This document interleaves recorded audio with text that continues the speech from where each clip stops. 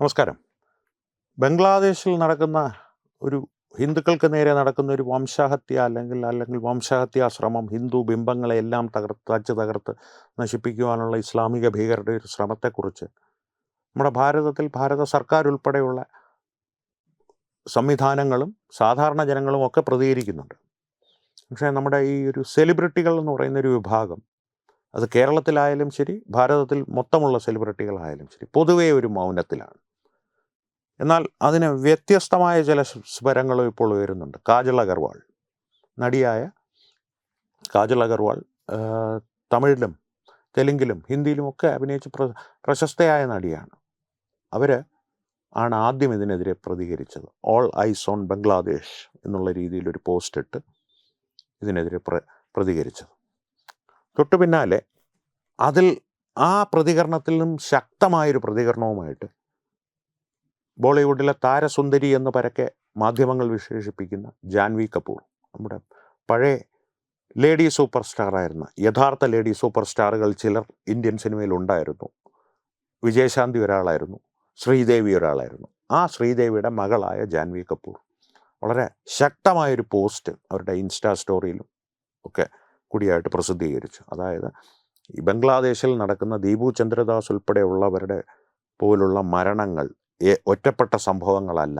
ഈ കൂട്ടക്കൊലയ്ക്കുള്ള ശ്രമങ്ങളെ നിങ്ങൾ കാണുന്നില്ലെങ്കിൽ, അതിനെതിരെ നിങ്ങൾ പ്രതികരിക്കുന്നില്ലെങ്കിൽ, നിങ്ങൾ ഒരു പാതി ലോകത്തിനപ്പുറം, കടലുകൾക്കപ്പുറം, 7 കടലുകൾക്കപ്പുറം എന്ന് പറയില്ലേ, അതിനപ്പുറമുള്ള half a world away from us, അങ്ങനെയുള്ളൊരു സ്ഥലമായ ഗാസയിലെ കാര്യങ്ങൾക്ക് മാത്രമേ പ്രതികരിക്കുകയുള്ളൂ എങ്കിൽ നിങ്ങളൊരു ഹിപ്പോക്രാറ്റാണ്, നിങ്ങളൊരു ഇരട്ടത്താപ്പുകാരനാണ് എന്നുള്ള വളരെ ശക്തമായ സന്ദേശം നൽകുന്നൊരു പോസ്റ്റ് ജാൻവി കപൂർ പ്രസിദ്ധീകരിക്കുകയുണ്ടായി.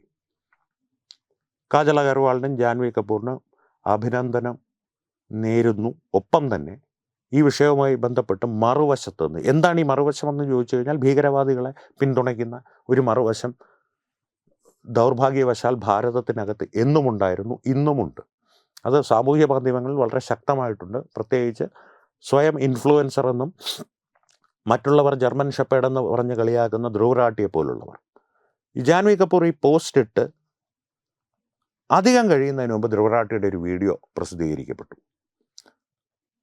അതായത് ഈ നടിമാർ സ്കിൻ ലൈറ്റനിങ്, ഈ ബ്രസീലിയൻ ബട്ട് ലിഫ്റ്റിംഗ്, അതൊക്കെ എന്താണെന്ന് നിങ്ങൾ ഗൂഗിളിൽ സെർച്ച് ചെയ്ത് നോക്കുക, ലിപ് ഫില്ലിംഗ് തുടങ്ങിയ ശസ്ത്രക്രിയയും ഒരു കൃത്രിമ മാർഗങ്ങളും ഉപയോഗിച്ച് സൗന്ദര്യവർദ്ധനം നടത്തുന്നു, നിറം ഒരു ഇരുണ്ട നിറത്തിൽ നിന്ന് വെളുത്ത നിറമാക്കുന്നു, ഇതൊക്കെ യഥാർത്ഥ സൗന്ദര്യമല്ല എന്ന് പറഞ്ഞ പ്രത്യക്ഷത്തിൽ നിഷ്കളങ്കമാണെന്ന് തോന്നിക്കുന്നൊരു വീഡിയോ. പക്ഷെ അതിൻ്റെ തംബ്നെയിൽ ജാൻവി കപൂറാണ്. ഈ ബംഗാളിലെ ദീപു ചന്ദ്രദാസിനെ ഉദ്ദേശിച്ചുള്ള ജാൻവി കപൂറിൻ്റെ പോസ്റ്റ് വന്ന് മണിക്കൂറുകൾക്കുള്ളിൽ, ഒരു 2 മണിക്കൂർ പോലും തികഞ്ഞിട്ടില്ല, അതിനു മുമ്പ് ധ്രുവറാട്ടി ഈ വീഡിയോ പുറത്തുവിട്ടു. അതായത് കൃത്യമായിട്ട് ജാൻവി കപൂറിനെ ലക്ഷ്യം വെച്ച്, എന്നാൽ വീഡിയോയ്ക്കകത്തൊരിടത്തും ജാൻവി കപൂറിനെ പേരെടുത്ത് പറയാതെ, യൂട്യൂബ് നിരീക്ഷിക്കുന്ന അല്ലെങ്കിൽ കാണുന്ന, യൂട്യൂബിൻ്റെ വീഡിയോ ചെയ്യുന്നവർക്ക് കൃത്യമായിട്ടറിയാം, ഒരു വീഡിയോയ്ക്കകത്തൊരു പേര് പറയാതെ തംബ്നെയിലിൽ ഒരു പ്രത്യേക വ്യക്തിയുടെയോ അല്ലെങ്കിൽ സ്ഥാപനത്തിൻ്റെയോ എന്തിൻ്റെയെങ്കിലും നമ്മൾ ഉദ്ദേശിക്കുന്ന ഒരു കാര്യത്തിൻ്റെ കൃത്യമായിട്ടുള്ള ഒരു ഉദാഹരണം പറയാം. ഇപ്പോൾ എൻ്റെ പടം എടുത്തിട്ടൊരാൾ വീഡിയോയുടെ തംബ്നെയിൽ കൊടുക്കുന്നു, അകത്ത് ഒരു വ്യക്തിയുണ്ട്, അവനൊരു പന്ന എന്ന് പറഞ്ഞിട്ട് മലയാളത്തിൽ പിന്നെ അങ്ങോട്ട് ബീപ്പ് മാത്രം ഉപയോഗിക്കാവുന്ന ഭാഷകൾ ഉപയോഗിച്ച് ഇന്നയാളാണ്, അവൻ ഇന്നത് ചെയ്തു, അങ്ങനെ ചെയ്തു, ഇങ്ങനെ ചെയ്തു എന്നൊക്കെ പറഞ്ഞിട്ടൊരു അരമണിക്കൂർ എന്നെ ഒരു വ്യക്തിയെക്കുറിച്ച് പേര് പറയാതെ തെറി പറയുകയാണ്. ആ വീഡിയോയുടെ തംബ്നെയിലിൽ ഞാനാണ്. കൃത്യമായിട്ട് ആൾക്കാർക്ക് മനസ്സിലാവും, എന്നെ അറിയാവുന്നവർക്ക് മനസ്സിലാവും, ഇത് ഇവനെക്കുറിച്ചാണല്ലോ പറഞ്ഞത്, അത് കൊള്ളാം. അതൊരു ഉദാഹരണമായിട്ട് പറഞ്ഞതുള്ളൂ. അതുപോലെ ഈ വീഡിയോയിൽ ജാൻവി കപൂറിൻ്റെ തംബ്നെയിൽ. അപ്പോൾ വിമർശനങ്ങൾ രൂക്ഷമായിട്ട് വരുന്നു. അതിന് മുമ്പും ധ്രുവറാട്ടി ദുരന്തർ എന്നുള്ള സിനിമ കാണാതെ ആ പടം കൊള്ളില്ല എന്ന് പറഞ്ഞതിന് ധ്രുവറാട്ടിയുടെ ഒരു വിശ്വസ്തരായിട്ടുള്ള ഫോളോവേഴ്സ് പോലും നമ്മുടെ മലയാള ഭാഷയിൽ പറഞ്ഞാൽ എടുത്തിട്ട് അലക്കുകയായിരുന്നു അയാളെ എന്ന് പറയേണ്ടി വരും. അതുകൊണ്ട് അയാൾ പല ന്യായങ്ങളും ഒക്കെ പറഞ്ഞു. കമൻറ്റ് വളരെ കൃത്യമായിട്ട് റെസ്ട്രിക്റ്റ് ചെയ്തു. ഒരാഴ്ചയ്ക്ക് മുകളിൽ സബ്സ്ക്രൈബ് ചെയ്തവർക്കേ കമൻറ്റ് ചെയ്യാൻ പറ്റുള്ളൂ, അല്ലെങ്കിൽ ധ്രുവറാട്ടിയുടെ സ്വന്തം മച്ചുനന്മാർക്കേ സബ്സ്ക്രൈബ് ചെയ്യാൻ പറ്റുള്ളൂ എന്നുള്ള രീതിയിൽ കമൻ്റാക്കി ദുരന്തറിലൊരു ദുരനുഭവം ധ്രുവറാട്ടിക്കുണ്ടായിരുന്നു. അതിൻ്റെ പിന്നാലെയാണ് ഈ പരിപാടി കാണിച്ചത്.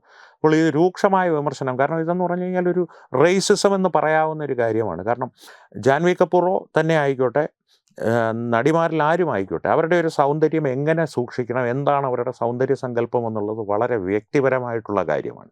ശരി, അവർ ഈ ലിപ് ഫില്ലിംഗ് ഒക്കെ ചെയ്തു, അല്ലെങ്കിൽ സ്കിൻ ലൈറ്റനിങ് ഒക്കെ ചെയ്തു, എന്നിട്ട് പുറമേ വന്നിട്ട് അവർ പറയുകയാണ്, ഇതിന് പരസ്യമായിട്ട് നൽകുകയാണ്, ഇങ്ങനെ ചെയ്തില്ലെങ്കിൽ നിങ്ങൾക്ക് സൗന്ദര്യമില്ല എന്നവർ പറയുന്നൊരവസ്ഥയുണ്ടായാൽ അത് വിമർശിക്കപ്പെടേണ്ട ഒരു അവസ്ഥ തന്നെയാണ്. പക്ഷേ ജാൻവി കപൂർ ഒരിടത്തും ഞാൻ ഇങ്ങനെ ചെയ്തു അതുകൊണ്ട് നിങ്ങളും ചെയ്യൂ, അല്ലെങ്കിൽ ഞാൻ ഇങ്ങനെ ചെയ്തതുകൊണ്ട് ഞാൻ സുന്ദരിയായി എന്നുള്ളൊരു പ്രലോഭനപരമായിട്ടുള്ളൊരു പരസ്യം ഈ സംഭവം ഈ ഒരു പ്രക്രിയകളെക്കുറിച്ച് ജാൻവി കപൂർ ഒരിടത്തും നൽകിയില്ല. ജാൻവി കപൂർ എന്നല്ല, ഇത്തരത്തിലുള്ള പ്രക്രിയകൾ ഇപ്പോൾ വളരെ വ്യാപകമായിട്ട് ചെയ്യുന്ന നടിമാരാരായാലും, അതായത് പല ഇതിലും പിന്നീട് വന്നപ്പോൾ ധ്രുവറാട്ടി ടൈഗർ ഷ്രോഫിൻ്റെ വീഡിയോ എടുത്തിട്ട് ഞാൻ ഇതും ചെയ്യാൻ ഉദ്ദേശിച്ചിരുന്നു, അല്ലെങ്കിൽ ദീപിക പദുകോണെ പറയാൻ ഉദ്ദേശിച്ചിരുന്നു എന്നൊക്കെ ഒരു ഉരുണ്ടുകളി നടത്തി. ഇവരാരാണെങ്കിലും, ജാൻവി കപൂർ ആവട്ടെ, ടൈഗർ ഷ്രോഫ് ആകട്ടെ, ദീപിക പദുകോണെ ആവട്ടെ, അവരുടെ സൗന്ദര്യം എന്താണ് എന്നുള്ളത് അവരുടെ വ്യക്തിപരമായിട്ടുള്ള താല്പര്യങ്ങളാണ്.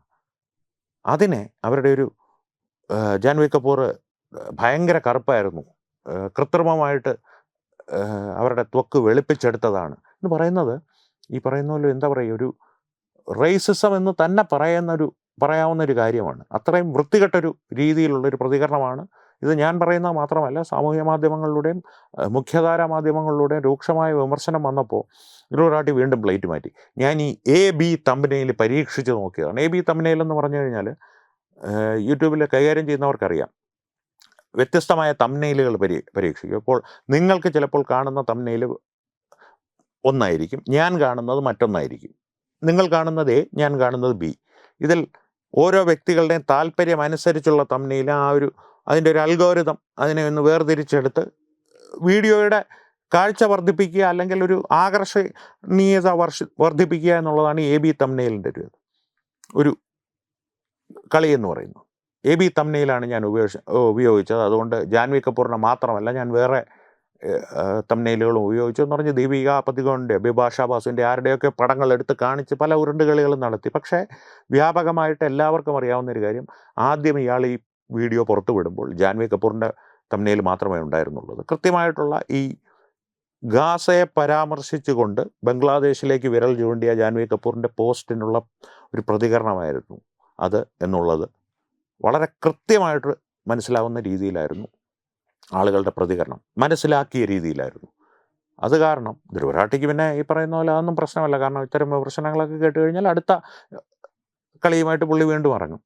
പക്ഷേ ജർമ്മൻ ഷെപ്പേർഡ് എന്നുള്ള വിളി കൂടുതൽ വ്യാപകമായിക്കൊണ്ടിരിക്കുകയാണ്, പരിഹാസ്യരായിക്കൊണ്ടിരിക്കുകയാണ്. ഇത്തരത്തിൽ ഒരു ഏകപക്ഷീയമായിട്ട് മാത്രം പ്രതികരിക്കുന്ന, മറുപക്ഷം പ്രതികരിച്ചാൽ അവരെ ആക്രമിക്കാൻ ശ്രമിക്കുന്ന ഇത്തരം ഇൻഫ്ലുവൻസേഴ്സ്. ആ വിവരവും നിങ്ങളുമായിട്ടൊന്ന് പങ്കുവയ്ക്കുന്നു. നമസ്കാരം.